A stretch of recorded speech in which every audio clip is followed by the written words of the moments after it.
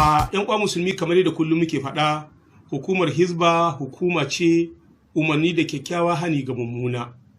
Wannan taken nata shi yake bibiyar lungu da saƙo da kwararo da ko'ina na mu'amalar zamantakewar al'umma.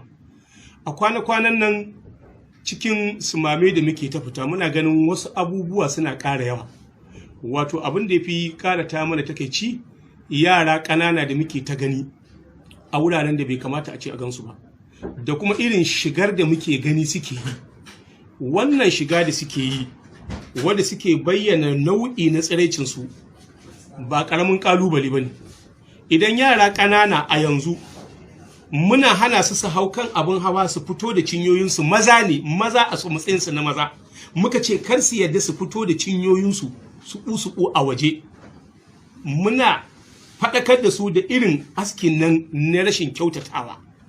To yau ina kuma ga ya mace wadda musulunci ya ce falmar'atu kulluha aura, ita mace gaba ɗayanta al'aura ce, ma'adal wajahi wal kafaini, in ka cire wajahi fuska da kuma tafuka.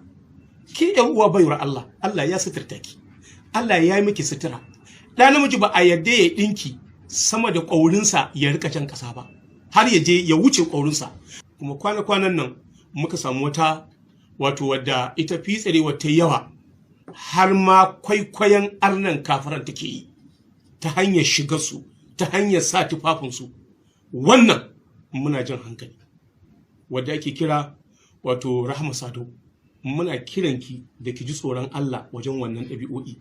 Sannan muna kiranki da nisatar azabar Allah. Annabi alaihi salatu wasallam ya ce akwai sinfani, sai ce min ahalin nari, ya ce lam arahuma, sai ce qaumun lahum siyatun ka adnabil bakar yadribuna biha nas, sai ce wani sa'un kasiyatun ariyatun ma'ilatun mumilatun.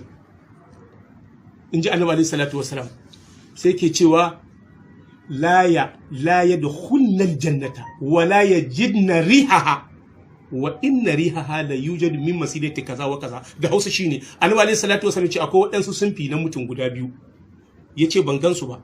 Waɗannan mutanen annabi alaihi salatu wasalam sai ya ce akwai waɗansu mutane suna ɗauke da zabga-zabgan bulaloli, bulalar kamar gezar dabbobi na raƙumi ko kuma kace saniya. Ya ce suna dukan mutane, ishara ne na cewa waɗansu mutane za su zo nan gaba, in ji annabi salatu wasalam, suna dukan mutane akan zalunci. Sai ce to ga kuma akwai mata za su rika fitowa da tufafi a jikinsu amma a tsirara suke, suna tafiya suna rangwada, sannan suna rangwado hankalin mai kallon su.